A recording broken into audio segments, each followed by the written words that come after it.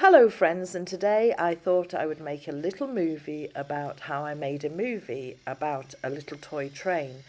Just because sometimes everything looks so slick, not obviously in my movies, in the Lovely Place movies, but sometimes everything looks so slick that people think it just happens in an instant and then nobody keeps trying. And the thing about trying to get on YouTube and trying to make movies or films or snippets that people like is that you've just got to keep trying. Nobody knows from the start how it's going to turn out. And you've just got to keep going until you hit on something. And also, never mind, take two, done. Hello friends, and guess what? Today's story is all about Thomas. Well, no, it isn't. It's about the making of the Thomas movie that I did for YouTube. And today's story is all about him. No, it's not. It's all about me and all the effort I put into making the movie. That's what this film is about. Thomas the Tank Engine is based on the railway series by the Reverend W. Awdry.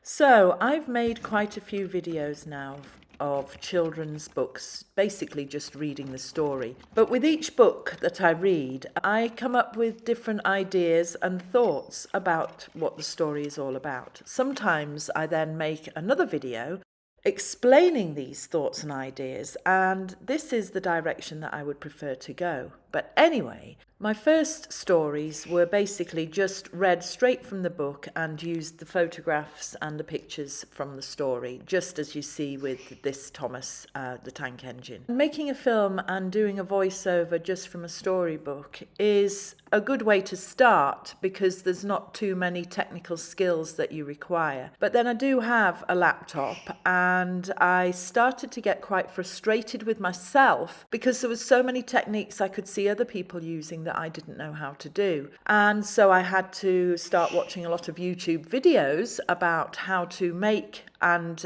use the software that was already on my computer.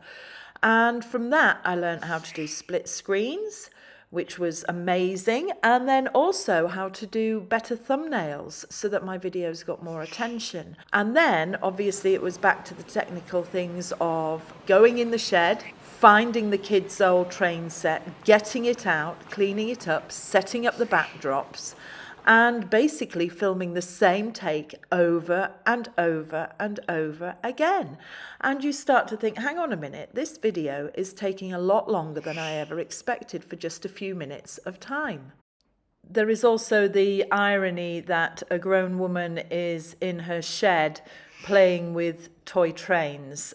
I never thought that would happen, but it has, and I keep going and keep motivated because I think to myself, well, maybe one day my grandchildren that aren't even a twinkle in my own children's eye at the moment might turn on YouTube and actually hear their granny reading them a bedtime story or reading them a story. And so I think to myself, well, I'd really like that to happen one day, and so I need to do the best video possible.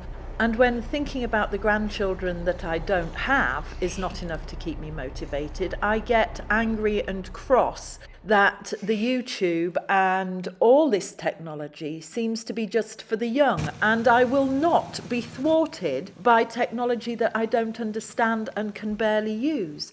And so with each skill and technique that I learn, I think two fingers up to the youth of today, and I will keep going, and one day I will make something really brilliant. I just have to keep trying. One tip that I will pass on is that the little Thomas the train had been in the shed for a very long time, and I am so relieved that I had the sense to take the battery out before I put it into storage. So when I got it out of the shed, all I had to do was put a new fresh battery in. It hadn't leaked and it worked as good as new.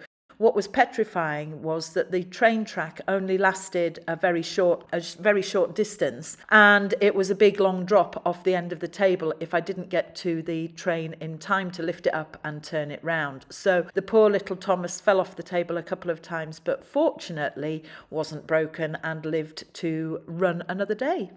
Making movies for YouTube is also a little bit revealing about myself. I had no idea that I sniffed, swallowed, and coughed as much as I do when I'm speaking and breathing in and out like that.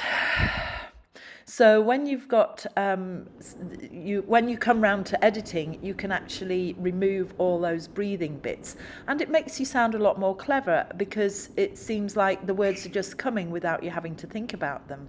Another technique I discovered is in this shot where Thomas seems to move an awful lot faster, and that is because I got up close with my phone camera and tracked him so that the backdrop seemed to speed by a lot faster.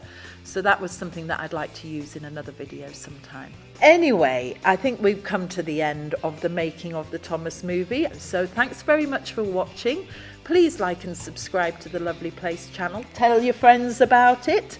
And hopefully you will watch some more of my videos in the future. But I appreciate your subscriptions very much. Thank you very much, and bye for now.